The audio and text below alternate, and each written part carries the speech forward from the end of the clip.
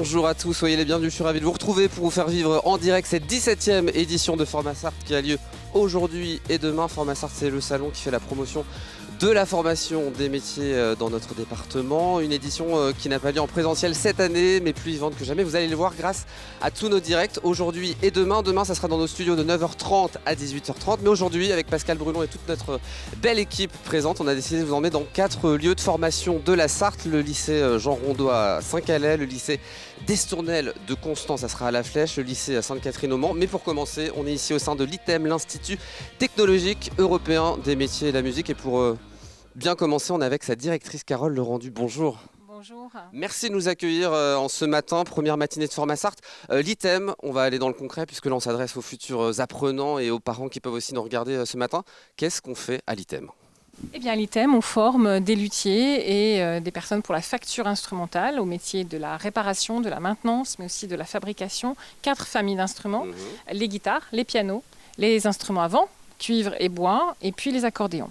On a le niveau CAP, qu'on peut faire en 1 an ou en 2 ans en apprentissage, le niveau brevet métier d'art qu'on fait automatiquement en 2 ans en apprentissage. Puis nous avons également une formation, un titre management des unités marchandes spécialisées dans les produits musicaux pour être vendeur dans des grandes enseignes, mais aussi travailler chez des importateurs, travailler pour des distributeurs, des commerces sur des partitions, des instruments de musique, tout ce qui concerne les produits musicaux. Alors l'ITEM fait ses 30 ans cette année, c'est un établissement qui est unique en Europe, faut le préciser. On a cette chance-là d'avoir cet établissement-là en Sarthe. Oui, unique en Europe parce qu'on est les seuls à avoir 4 familles d'instruments en même temps. Voilà. Et il a été voulu par une volonté européenne. Son cœur de réacteur étant aussi le pôle innovation qu'on va voir juste après et qui permet de transmettre à nos apprenants toutes les innovations nécessaires à la lutherie et à la facture instrumentale actuellement pour garantir la transition écologique, garantir tous les enjeux sur les matériaux. Et nous avons donc un pôle de formateurs qui sont très au fait également de ces questions. Alors on va commencer notre visite évidemment au sein de l'ITEM. On va commencer avec la partie guitare.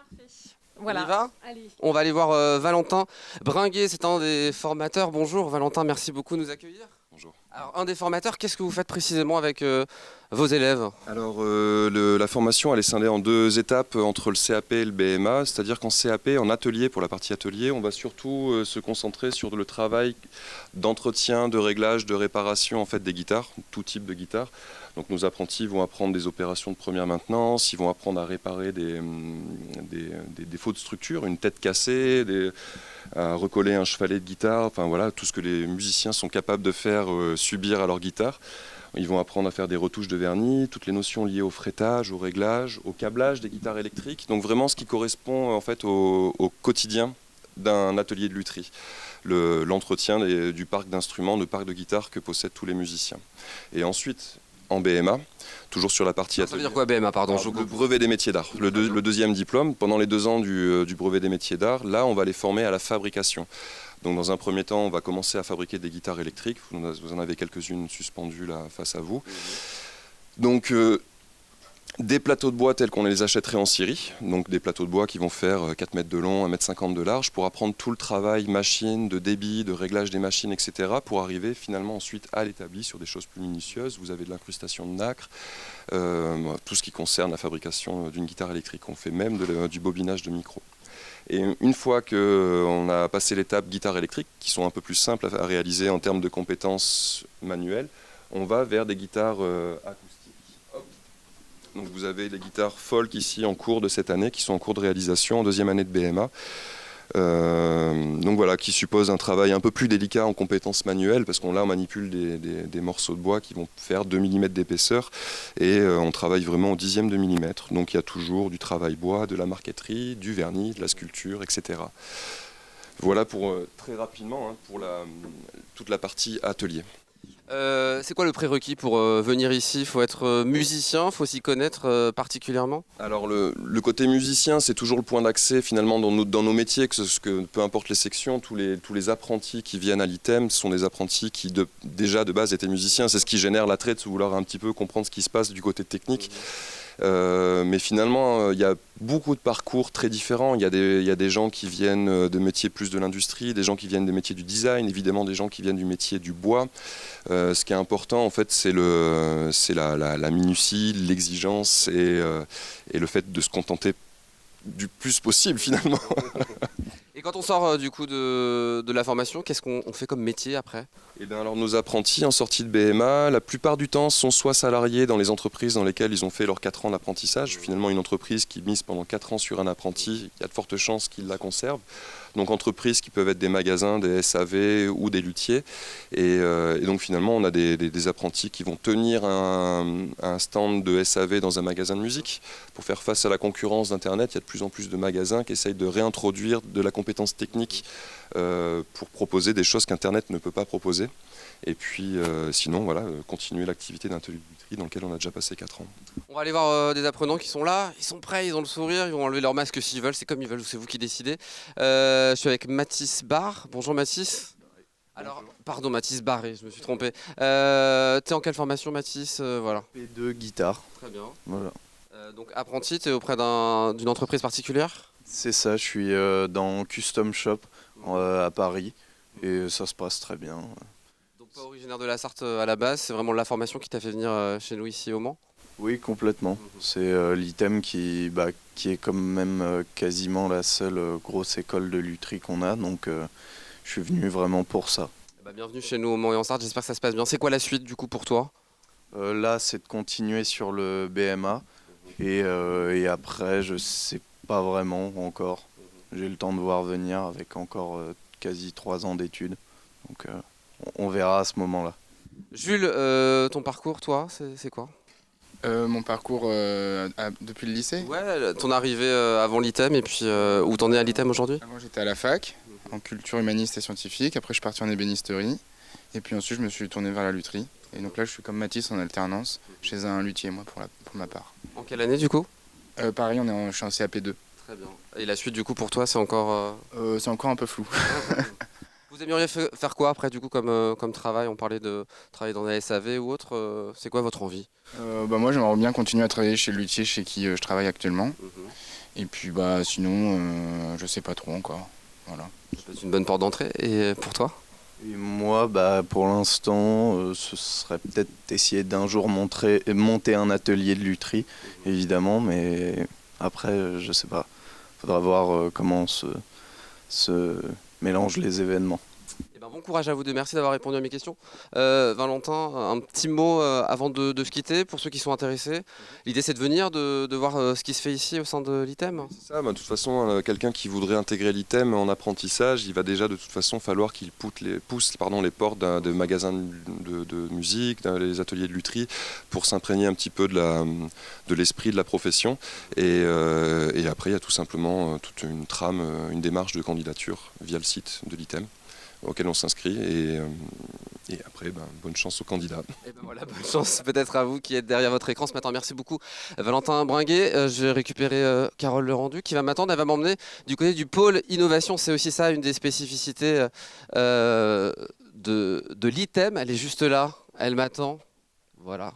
Nous y allons Carole? Alors ce pôle innovation, quelques mots, vous allez nous expliquer.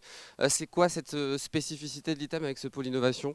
Le pôle innovation, c'est un pôle qui est en fait la recherche mutualisée pour l'ensemble des instruments de la fabrique à la réparation en France, ce qui permet d'apporter toutes les innovations et la recherche. C'est par là. C'est pour ça que je vous on va passer par l'extérieur apparemment, on nous dit. Ça permet en fait vraiment d'apporter les dernières innovations à nos artisans et aux manufactures. Je ne sais pas si vous savez, on a quand même quelques grandes manufactures en France. Nous avons les instruments avant. Avec Buffet Crampon, Selmer, Léo Bois-Lauré. On a les Harpe Camac en Pays de la Loire quand même. Et puis beaucoup d'artisans, 2850 structures. Donc évidemment, ils n'ont pas tous la capacité à faire de la recherche.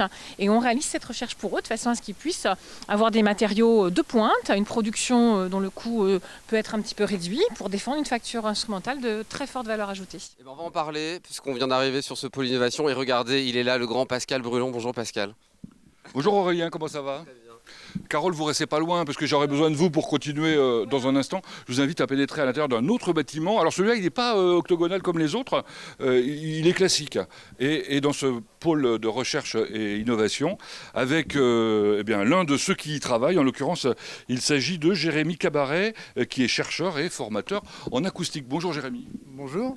Alors Jérémy, c'est votre antre. Vous êtes combien à travailler ici? Alors ici, en permanent, on est 3. actuellement. Donc il y a un responsable, on est deux chercheurs de formation, deux responsables et une ingénieure qui travaille vraiment ponctuellement sur des projets. Donc on appuie sur certaines choses vraiment très particulières.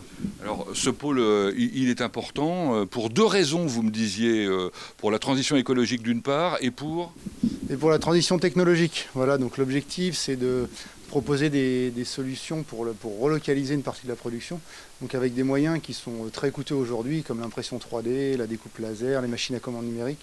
Tout ça, ça se démocratise pas mal, et donc ça permet à l'artisanat en fait de se doter de moyens qui n'étaient pas possibles avant, qui coûtaient bien trop cher. Alors on va parler de choses concrètes. Là on est en train de regarder une jolie guitare et juste à côté une comment ça s'appelle, une table, hein, c'est ça? Voilà, donc c'est la table d'harmonie, donc c'est la partie vraiment qui va produire le son de l'instrument. Et la particularité de cette guitare, c'est que la table d'harmonie n'est pas faite en épicéa comme c'est le cas traditionnellement. Là, elle est faite en matériaux composites. Donc elle a été réalisée ici par une étudiante. Et donc elle est faite du NAM en balsa sur laquelle on vient disposer des fibres de lin. Donc ça, la fibre de lin, ça vient de Normandie, là c'est vraiment tout près. Et donc avec une petite recette de cuisine, on arrive à des comportements dynamiques qui sont très proches de tables traditionnelles, et donc on arrive à avoir un son de guitare avec une table d'harmonie qui est faite en matériaux composites, comme vous pouvez le constater. Et ça produit le même son qu'une guitare avec une table en épicéa simple? Alors effectivement, l'objectif c'est d'arriver à avoir des comportements physiques très similaires. Donc pour ça, on étudie les différents comportements du bois, et donc on arrive avec une disposition particulière de fibres, à avoir des comportements similaires. D'accord. Alors, je sais qu'on voit à côté également des pièces qui, elles, ne sont pas a priori en matériaux naturels. Hein. Ça a l'air d'être... Ça peut l'être, en fait. Donc là, c'est de l'impression 3D. C'est ça. Donc ça peut être fait à partir de matériaux comme le PLA, qui, lui, peut être biosourcé. Hein. C'est de l'amidon de maïs qu'on utilise pour ça. Et donc ça permet de faire très rapidement, par rapport à un usinage traditionnel, de faire très rapidement des pièces, des parties pour faire soit du prototypage, soit de la production en petite série. Donc c'est vraiment un moyen très efficace, l'impression 3D.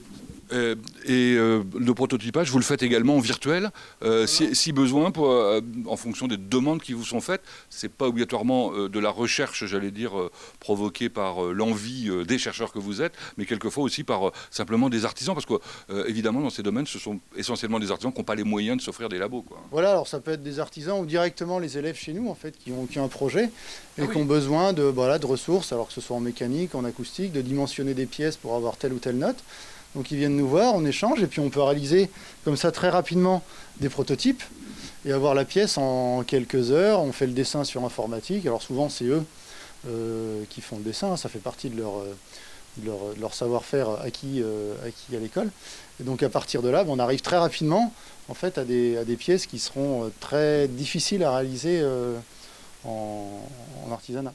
Alors on était en train de regarder quelques images de ce qui se passe à côté. C'est quoi visiblement c'est parfaitement isolé. Alors les choses isolées, vous les connaissez bien, parce que je crois savoir que vous avez été formé au LOM, hein, c'est ça, hein? Oui, c'est ça, j'ai fait mes études donc en acoustique au laboratoire d'acoustique qui est juste à côté, donc je suis un pur produit Manceau à ce niveau-là.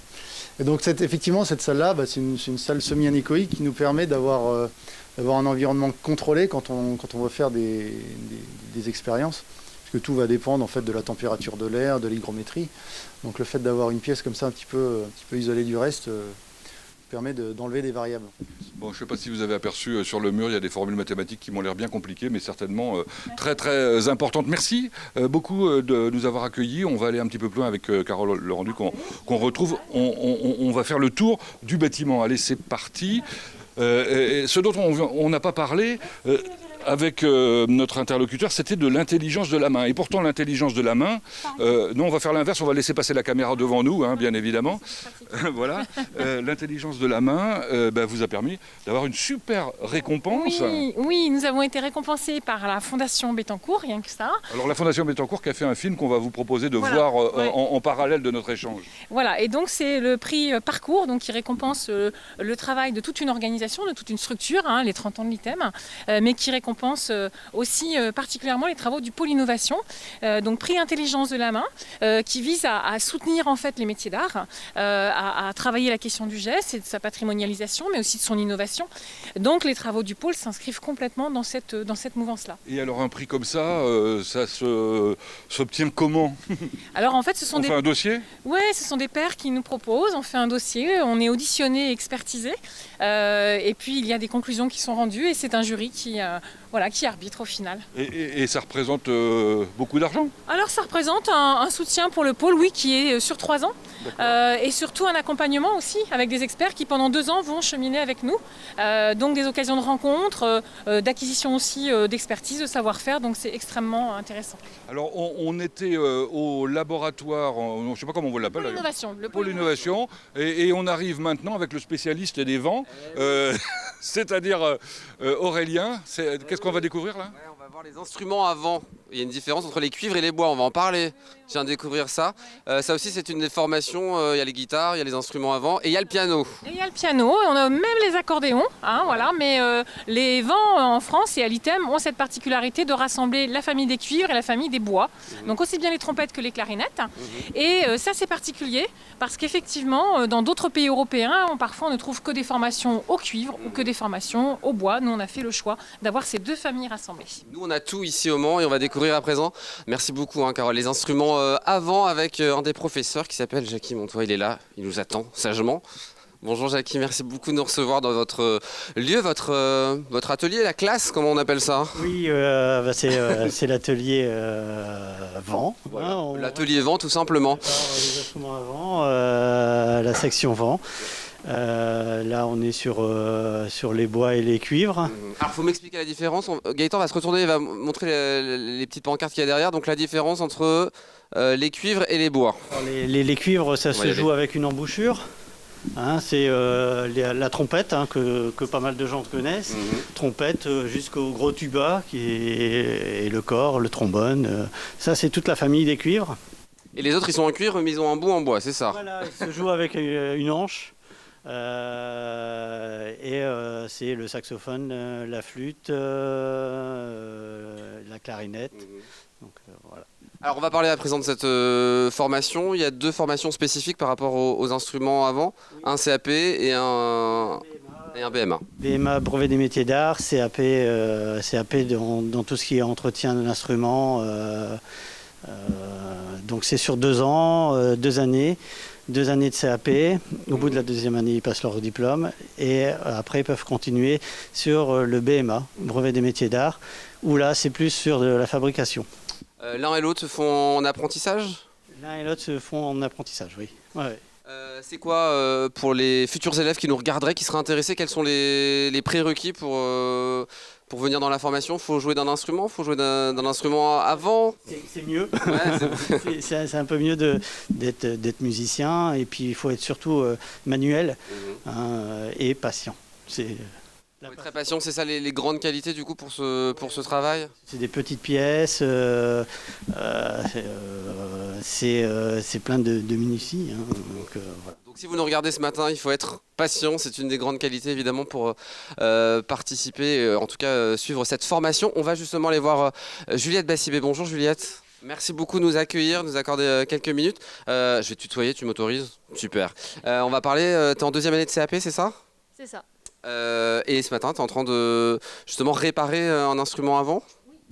Donc c'est un saxhorn, là je l'ai quasiment fini, il est poli donc il est tout brillant. Là je suis en train de voir avec les coulisses si elle fonctionne bien avec l'huile. Et voilà. Donc ça c'est ton 2e année de CAP, tu vas continuer l'année prochaine? Alors je ne vais pas continuer l'année prochaine. D'accord, très bien. J'ai des projets pro autres que la réparation, mais moi je veux rester dans la réparation même si je ne continue pas l'année prochaine. Tu vas aller où? Je vais aller en région parisienne. Ah, dommage, on dit bien ici. Oui, après mon entreprise elle est à Saint-Étienne, donc j'y suis très bien, c'est une très belle entreprise. Alors justement, donc présente-nous ton entreprise, c'est une entreprise spécialisée j'imagine dans les instruments avant? Ou la réparation peut-être? Oui, donc c'est un atelier plus magasin de partitions, donc on fait beaucoup de réparations d'instruments à vent, notamment cuivre et bois, clarinette, flûte. Et enfin, voilà, et donc c'est très polyvalent parce qu'on voit tous les instruments. C'est pas courant dans tous les ateliers, ça. Justement, les futurs élèves qui nous regardent ce matin, c'est quoi donc les qualités, la patience? Ça, t'es d'accord avec ce qu'a dit ton professeur, monsieur Montois? Je suis complètement d'accord avec la patience. Ouais. Et il faut être manuel et puis il faut aussi enfin oui, c'est vraiment de la patience pour déjà rechercher des entreprises. Et ouais, donc c'est vraiment la qualité primaire. La qualité essentielle. Tu joues d'un instrument toi-même? Oui, je fais un instrument, je fais de la flûte traversière. Très bien. Donc ça t'a permis de... Tu continues aujourd'hui à faire de la flûte traversière et tu l'entretiens ta flûte traversière? Toujours, oui. Oui, je continue à faire de la flûte et je l'entretiens, évidemment. Merci beaucoup, Juliette, de nous avoir accordé quelques minutes. Un petit mot de conclusion avant de se quitter. Je pense qu'on va se quitter après ça. Pour les futurs élèves qui seraient intéressés, il y a un truc qui s'appelle des portes ouvertes, j'imagine. Voilà, alors nous, on a une format porte ouverte le 22 janvier, mais il y avait des captations qui ont été réalisées, donc vous pouvez les retrouver sur le site de l'ITEM. Et puis, la liste des interlocuteurs que vous pouvez appeler est également fournie. On peut candidater en ligne. À partir du moment où vous candidatez sur la fiche qui est proposée, on va vous identifier, on va vous rappeler. Voilà, c'est aussi simple que ça. C'est toutes les infos pratiques. C'est toutes les infos pratiques. Merci beaucoup, Carole, de nous avoir accueillis. Merci à vous de nous avoir suivis. Pascal, un petit dernier mot avant de se quitter. On va donner peut-être la suite du programme. Alors comme vous pouvez le constater, on se rhabille et on fonce pour aller plus loin. Ce format Sarthe qui est totalement décentralisé en distanciel permet, plutôt que de visiter un stand, d'aller découvrir directement les établissements avec les professeurs, avec les apprenants, avec éventuellement des entreprises. C'est ce qu'on va découvrir dans un instant d'ailleurs, puisqu'on se retrouve dans 2 heures, pour être précis, à 11h30, en direct de Saint-Calais, du lycée Jean Rondeau, où là on va parler logistique, on va parler transport, on va parler de plein de choses, comme d'habitude. Voilà. Il faut terminer là, c'est ça? Non, il ne faut pas terminer. Juste dire une chose. Demain, on a des directs évidemment tout au long de la journée. Et c'est vous, les téléspectateurs, qui allez poser les questions tout au long de cette journée. On peut rappeler la procédure, monsieur Pascal Brulon? Alors, evals.fr, sur votre smartphone, sur votre tablette, sur votre PC, peu importe, evals.fr, code format, comme format Sarthe, format 72. C'est hyper simple. Et là, vous avez le choix entre 8 plateaux de télé avec 8 thématiques, l'apprentissage par exemple, ou encore les études supérieures, ou tiens, Parcoursup. Ça risque de provoquer un certain nombre de questions. Et vous posez votre question, et puis nous y répondrons en direct demain. Mais vous pouvez poser votre question dès aujourd'hui. Donc la suite du programme, pour vous qui nous regardez en direct ce matin, 2 perspectives que vous avez réalisées, Pascal Brulon, sur le pôle automobile et le pôle agriculture, paysage, nature, forêt, puis un webinaire du Crédit Mutuel sur les métiers de la banque. Et puis donc on se retrouve à 11h30 en direct du lycée Jean Rondeau de Saint-Calais pour de belles aventures, Pascal. Il est formidable, non?